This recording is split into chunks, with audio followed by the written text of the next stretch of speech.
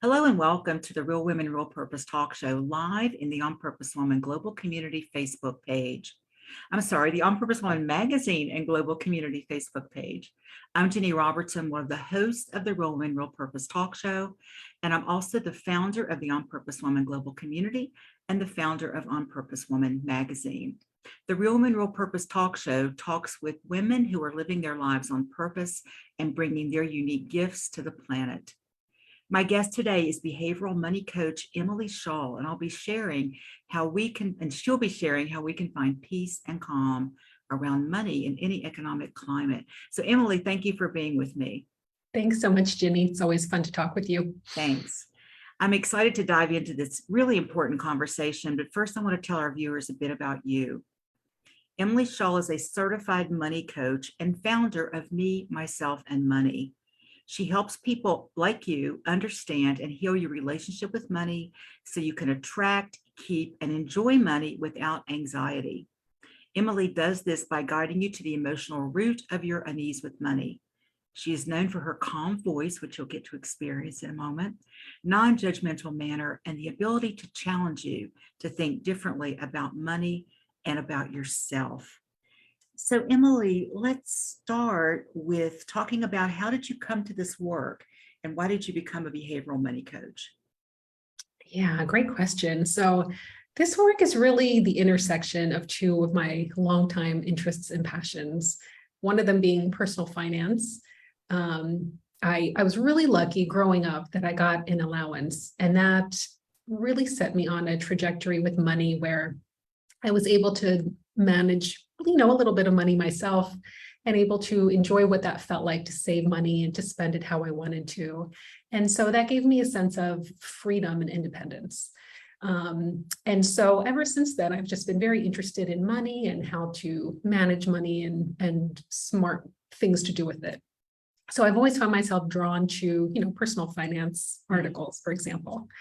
And then on the other side, my other longtime passion has been personal development.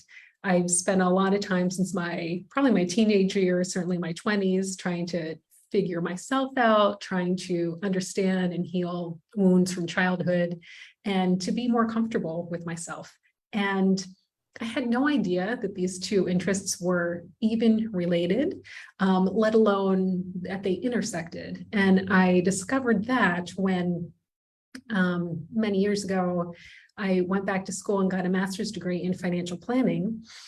And I thought I was going to be a financial advisor. And so this program was really good in that it was full of career changers like myself, but also financial professionals, certified financial planners, educators, coaches.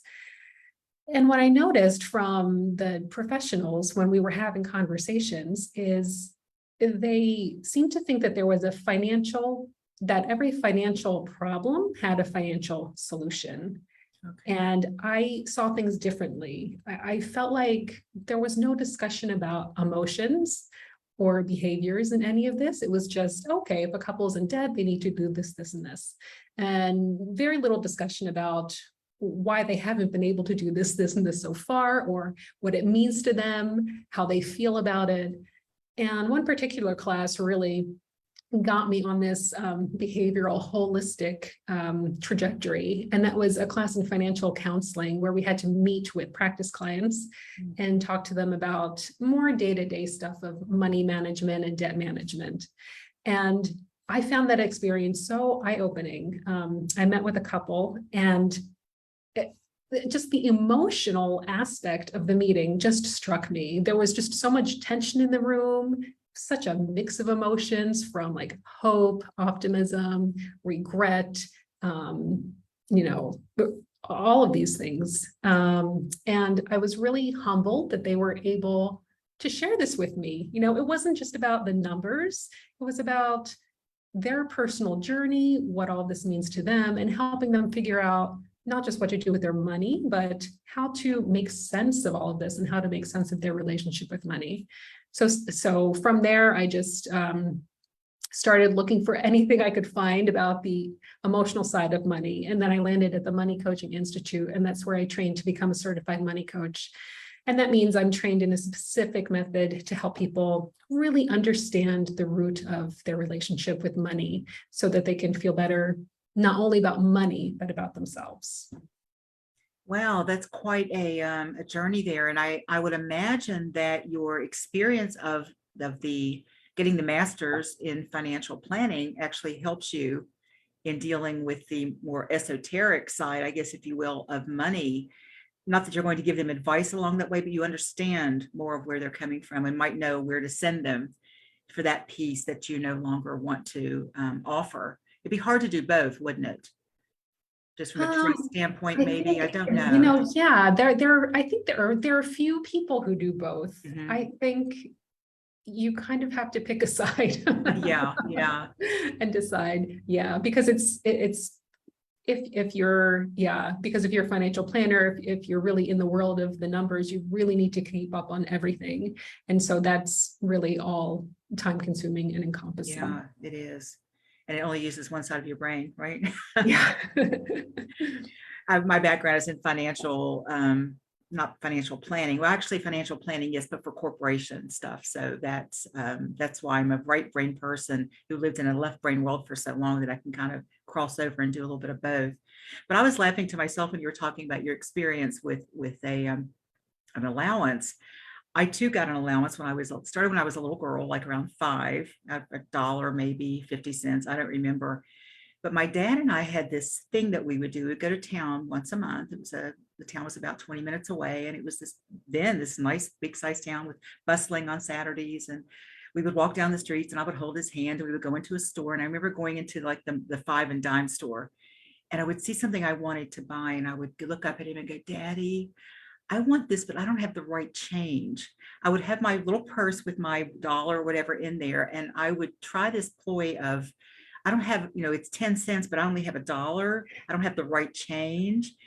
And he would laugh and he would buy it.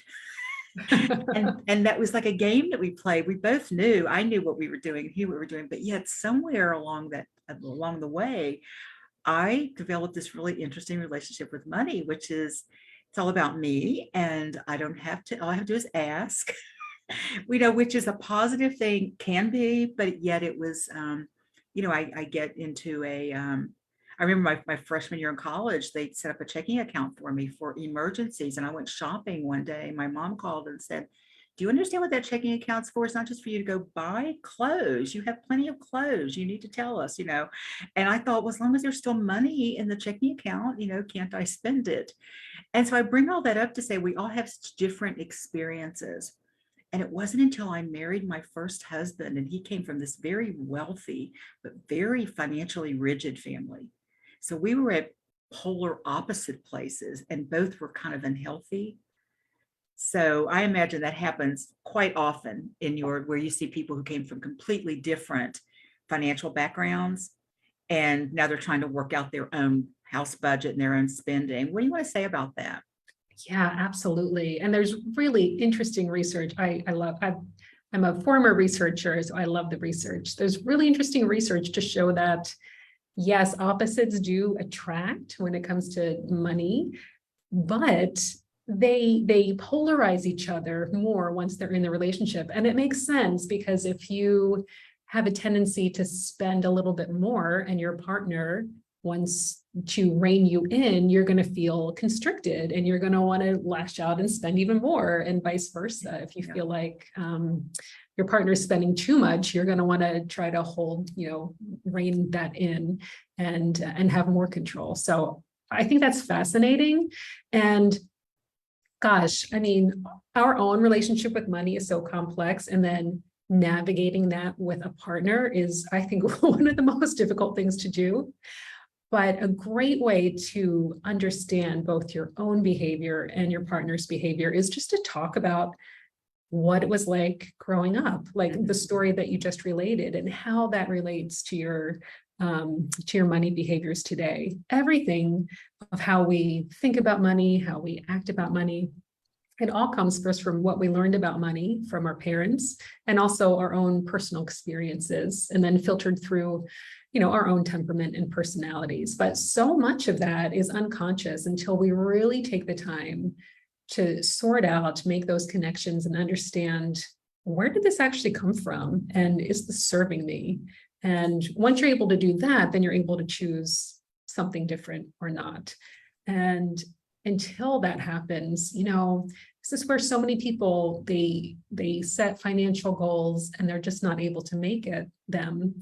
And no matter how hard they try, and then they get trapped in this cycle of shame where they try again and they're not able to do it. And then maybe they self-comfort and spend more money, and this vicious cycle. But the best way to get out of that is just to understand your patterns of behavior to begin with. And often it takes another person to help us do that, because we all have blind spots, certainly including me. Oh, of course. And I'm thinking that that not only could they be opposites, like my first husband, we're just very opposite in that, but you could also, like, I could have rebelled against that and become a very rigid, a very, I'm going to save I'm never doing that with my child kind of person, And so it just depends, I guess, on how it affects us and where we fall, whether we become more like our parents or the exact opposite of our parents, not just with money, but in so many things. I think child rearing and all that kind of stuff. So is that the biggest issue that you see with like when a couple comes to you? Because I remember years ago, statistics were saying that the main reason for divorce among married couples was financial, like money, that was the biggest cause of discord and often divorce among married couples. Do you see that as like one of the bigger issues, or have you found that when you're talking about money, other stuff also comes up that they haven't talked about either? Absolutely. Yeah, because it all comes back to the same origin. So just to give a quick example, one of the couples that I worked with, one of them she grew up in a household where her mother was very kind of nervous and kind of very overwhelmed. And so she and her brother grew up realizing that they really had to kind of read the room and understand if their mother was in a place where they could ask for something or not. And that leads to passive aggressive behavior, just as a way of, getting her needs met. She had to be able to do this. She had to be able to ask in a way. She had to be able to not ask when it didn't feel appropriate. And of course, she brought this into her relationship with her husband. And I remember this so well because at the very end of our coaching, the first thing that she mentioned that was going really well was her relationship with her husband. So it wasn't just the money issue, but they both had the origins in the same place of not being able to ask directly for what I want. And so once she understood that, she also had a very specific money memory about that too, asking for something and getting yelled at by her mother. So it was a combination of this specific money memory and the learning from that, and also her overall relationship and her developmental attachment with her mother. It had a direct impact of not only how she was able to use money, the troubles she had as an entrepreneur charging what she was worth for her clients, and also the dynamics of her relationship with her husband, being able to ask for and receive the support that she needed. Wow. So it just colors everything. Absolutely. It really does. Yeah. Well, I went off on a completely different thing than I thought I was going to go with you. So let's see. I think you've already really explained to us how a money coach is different from a financial advisor, and you say very few people do both, but you can clearly down the side of wanting to do the coaching. Yeah, and I just have to say, there are a lot of financial advisors who have a very strong interest and understanding of the importance of the behavioral and emotional side. So yeah, there are some very fantastic people out there to work with. Yeah, and some money coaches, I mean, it's not a term that is licensed or means anything in particular. So there are some money coaches or financial coaches who work on budgeting and debt management.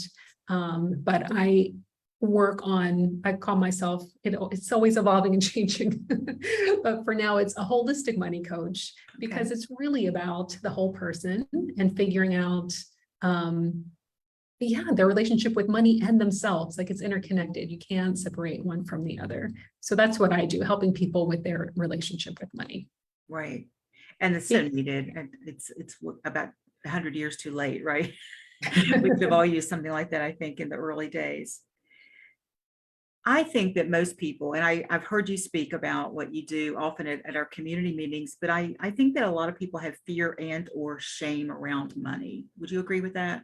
Absolutely, absolutely. And it's such a shame that money is so shaming. But what gets my goat the most is that it's mostly like 99%, I think it's unintentional, but it often comes from the financial community. There are some people who really understand that this is difficult for people, that they need to approach it in a certain way, but there are many who just don't quite understand that yet. And even, I mean, I've seen it from everywhere, and I'm sure I've done it myself, I'm only human. But I feel like the way we talk about money, it is incredibly judgmental. And I just see it all the time. I see it on social media all the time, even from people that I respect and I think are generally doing really good work. I think it's difficult. I mean, it's all around us. So I think it's understandable we're conditioned this way. And so we don't really see how it is so shaming for other people. But that's something that I'm very, my aim is to create a safe space for people, whether I'm just holding a free workshop or working with someone one-on-one, just to create this safe space to talk about money without the judgments of, well, you really should have done that, or yeah, or oh, if you just had a better mindset. No, even that, like, if you just thought differently. Well, if it was that easy, everyone would do it and none of us would have a problem. So Right. When I first started, I admit reading, being on a financial coach groups on Facebook and reading about some couples and thinking, oh my gosh, or some people and thinking, wow, did they really never think about saving? Gosh. But I came to realize that there's always a reason behind that. And if you focus on that, and I also give talks to financial professionals, and this is what I tell them, that if you there's always a reason, even though it might not make any sense to you, even if it goes against all logic, everything you've learned in school, everything that makes common sense, there's a reason for it. The person just doesn't understand what it is. And so that's what I help people with, is just understanding why there's a reason. And once you understand the reason, then it's so much easier to shift it. Yeah. That there's nothing wrong with people. There's nothing Right. wrong with you. We've all made financial mistakes. We've all made decisions that we wish we would have done differently. But there's a reason for it. Even if it's a pattern that happens over and over, that's a really good indication that there's a reason behind that you just need to understand. Mm-hmm. Wow. I really love what you do and how you do it, Emily. And what comes to mind to me is, let's take two other examples. Let's take working out. I remember hearing women years ago that, well, I don't really want to go to the gym until I lose a few pounds because I'm not going to look very good in my outfit. Or, oh yeah, I always clean the house before the cleaning person comes. And I've actually heard people say, well, I really need to talk to somebody about my finances, but they're just in too bad a shape right now. I'd be too embarrassed. I'm gonna wait till they look better. Have you ever heard that as like a kind of a self-shaming thing? Yeah, absolutely. And rightly so. I think so many of us have had really shamey experience with financial professionals. So, or they've heard of people who have. So, I mean, I don't blame them. Yeah. Yeah. Yeah. Let's see. So your goal, I think your underlying goal on everything that you do is to help your clients develop a more peaceful relationship with money. What Yes. might that look like? Like, you gave us a great success story where it touched all three aspects of this woman's life. But what would being peaceful with money in all situations, like given our current economic climate here in the United States? I mean, what does it look and feel like? Yeah. So, great question. I think, to me, a peaceful relationship with money looks like being solid and confident in the knowledge that regardless of what's happening externally, regardless of the stock market, regardless of your job status, regardless of where you live, that you believe that you have the power to have a good life. You have the power to make things happen. You have a sense of agency. And this isn't delusion. This isn't thinking, oh, I can change my situation tomorrow. I can live in a palace if I want to. It's knowing that there are things that you can do, small things every day, to make yourself feel better, to change your situation gradually, but that regardless of anything that's happening on the outside, that you're okay as you are, and that you have the possibility to create the life that you want. No matter what. Yeah. And that's a very specific example around money, but that's the way to live life in general. The money's a big piece of that, because you can be very zen in other areas of our life, but if the money thing is always there nagging a little bit or worrying us or whatever, we can't have that complete sense of peace and harmony around who we are and what we're about, and just our financial situation, or start to dread, oh no, that bill is due, how am I going to pay it, instead of going to can I get creative about this bill? Absolutely. And yes. We can't get creative from that worry and shame place, can we? Absolutely. That is such a great point. Yes. Thank you for saying that, because that is really the key in, money is stressful. Like on any day, money can be stressful. It just, it activates our survival instincts, right? Because we need it in order to live. Mhm. And we also use it for our psychological needs as well. But I don't want to lose my train of thought. Yes, you were saying Let me jump in now. Oh, go ahead. Did you find it again, or did I just no, mess it up really well? Repeat what you just said, and then I'll get back. Oh, I just said, do you want me to jump in? Yeah, no, but the point that you had around kind of, we can't be creative about what to do about our money situation if we're living in shame and fear and all of that. Yes. So because money is so stress inducing naturally, that unfortunately, yes, that shuts off the thinking part of our brain. We just are acting based on instincts and within adrenaline. Mhm. And so in order to have a peaceful relationship with money, we need to cultivate areas in our life where we cultivate peace and calm during the day, just every day. And it can be very simple things. And sometimes it might sound too basic, but it's really what's needed. So just meditation is one example, even if it's for 5 minutes a day. I've been so influenced by a book called Widen the Window by Elizabeth Stanley. I think every human should read this book. And Widen the Window? Widen the Window. I do not know that book. It's about, and she uses this analogy of the window, our window of tolerance. And so every time we're stressed, so chronic stress and unhealed trauma, they both narrow our window of tolerance. And when we're outside of our window, we can't think logically. So, we're impulsive. We tend to do things that are counterintuitive, that are harmful instead of helpful. And so it's all about, how do we spend more time within our window of tolerance, and then how do we widen it, because that's possible, make it bigger and bigger, so that most of the time we're spending within the window of tolerance, so that we're able to make really good decisions and that are aligned with our goals and what we want. Mm-hmm. And one thing that I found really interesting in this book is that so I think most of us know that meditation is really good. It's like vegetables, right? It's something we should all be doing more of. But she makes the point. Now, she has had several traumas in the past and has had an incredibly stressful career.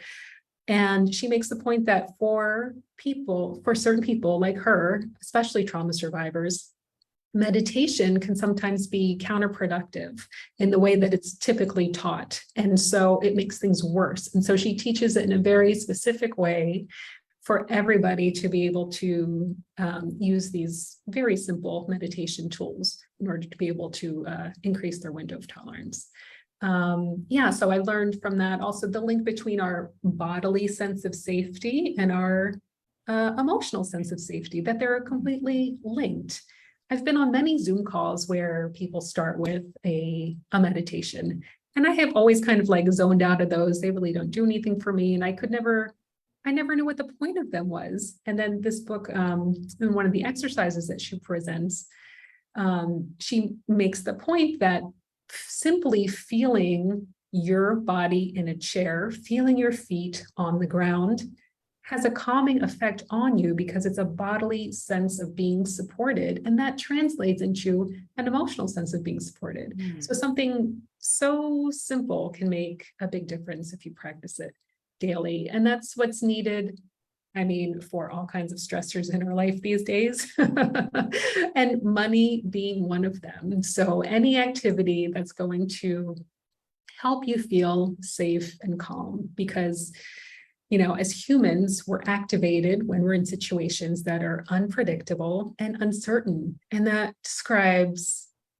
the economy, that describes the climate. I mean, that describes politics, that describes like everything about our daily lives today. So it's so important to be really intentional and spending just a few minutes at a time doing exercises that make us feel grounded and calm and safe, so that we can stay in that window and so that we can make good, healthy decisions. Because how can you think about to increase your income or to reduce your expenses when you're just in a state of panic and stress? It's just not possible. Yeah, it's not going to happen. So we need to have these micro practices every day, and that's one of them.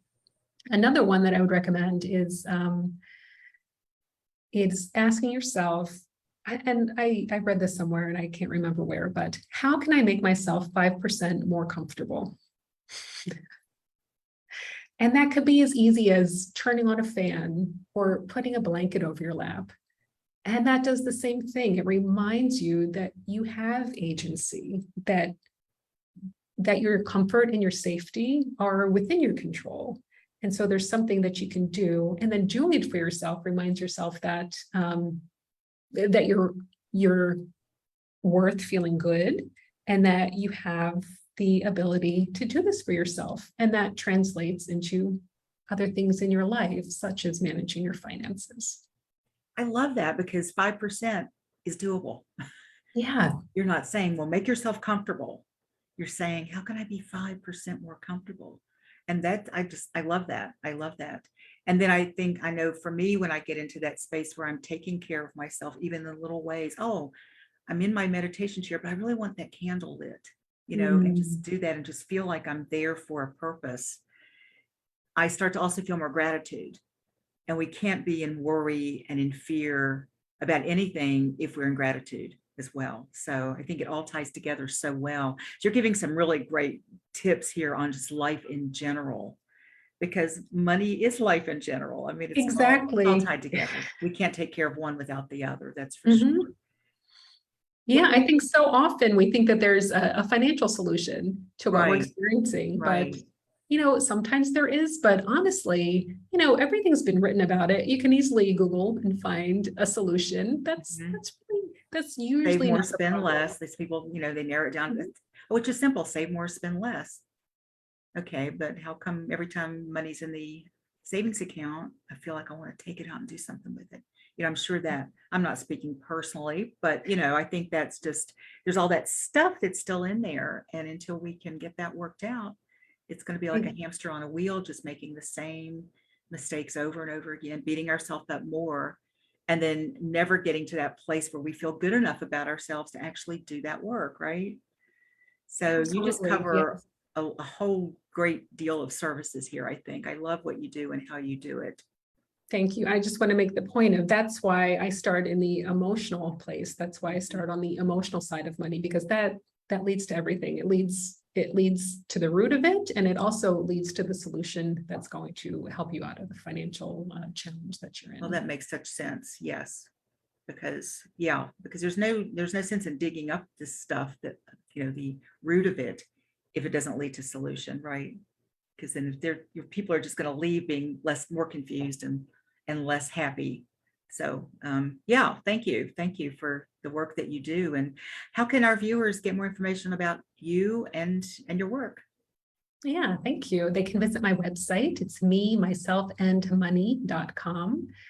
And there you can learn more about holistic money coaching. I have lots of articles on my blog, and I have a resource page. So that includes everything from financial resources to behavioral resources, a list of book recommendations. And on the resource page, I also have a download that'll pop up in the corner if you just wait a few seconds on managing money stress. So that's a guided exercise that will take you from a state of being very stressed about money to actually having a plan and feeling calm in about 20 to 30 minutes. Wow. Okay. So viewers, take advantage of Emily's website, all kinds of great resources that you can download or read on the website. That's me, myself, and money.com. And Emily, when I was reading your bio, I talked about your calm nature, and I know our viewers have gotten a sense of that. And I would imagine that comes it just helps you so much in the work that you do, because you don't get churned up about the clients. You can be that, especially when you're working with two people, you can be that mediator, almost that calming influence between the two. And there's no judgment. You don't show judgment. You don't show, you're just loving. So I appreciate that. Thank you. Yeah, this is very emotional work. So you definitely, Oh, you don't want to be doing it with someone who's showing a lot of their own emotions during the exactly. process. And Yes. again, as in any kind of this deeper work, you need to get your own stuff cleared up, right, out of the way a bit. Well, Emily, is there anything you'd like to leave our viewers with? Any final words of wisdom? Could be something you've already covered and you just want to emphasize. What would that be?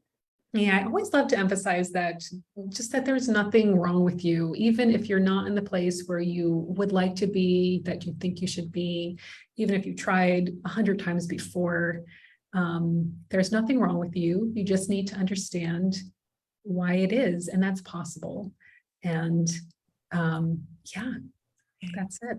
Thank you. Thank you so much for just doing this work, for bringing it to our viewers, and for just being you. You're just a really delightful woman. I love that we connected, because Emily is in the Netherlands. She, of course, works globally. And but we wouldn't have connected without Zoom. And so I'm really grateful to have done that, and that you're here with me today. So thanks for being here. Thanks, Ginny. I'm incredibly grateful for you and the On Purpose Woman community. It's and Zoom for bringing us together. I Thank you so know. much. Thank you for those words, Emily.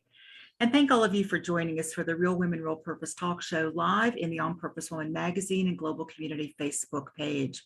If you love this interview and you want to share it with your friends, it will be on our YouTube channel over the next 48 hours. So go over to the On Purpose Woman global community on YouTube, subscribe, and you can sign up for notifications if you'd like. There are over 140 inspiring, informative, and fun shows for you to watch on our channel. And in May, we started sharing videos of the speakers at our On Purpose Woman Global Community Zoom gatherings. We have 7 more great shows lined up for you in September.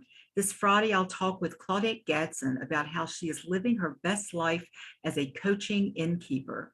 Next Monday, writer, editor, and workshop facilitator Pam McFarland will be on talking about writing as a tool for manifestation. And next Wednesday, flirting coach for women and the author of Find Your Flirt, Shelley O'Connell, will share how we can flirt with our partners and enhance our relationship. You can always find out what's coming up on the Real Women, Real Purpose talk show by going to my website, opwgc.com, and clicking on the On Purpose Woman magazine. Look for the spread in the table of contents. And while you're there, check out the On Purpose Woman global community. Thanks again for watching the Real Women, Real Purpose talk show.